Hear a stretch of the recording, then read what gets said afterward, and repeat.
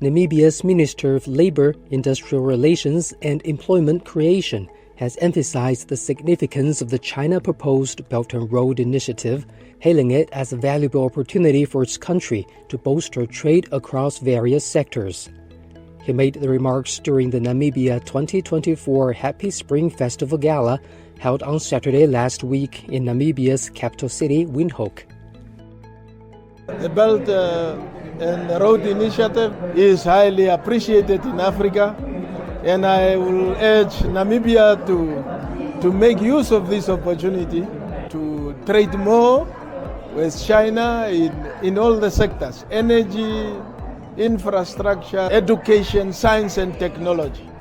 We have to work together to make the world a better place.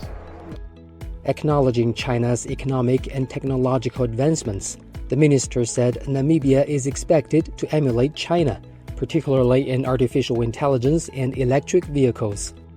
Actually, they have advanced highly in AI and also of these battery cars. They had advanced a lot, and I think Namibia should emulate that. China has assisted Namibia since independence with scholarships. Many Namibian students were trained in China. The Chinese have a space station here in Namibia. We need to train more Namibians in science and technology. It's a win-win situation, and we hope to continue to strengthen our excellent bilateral relations.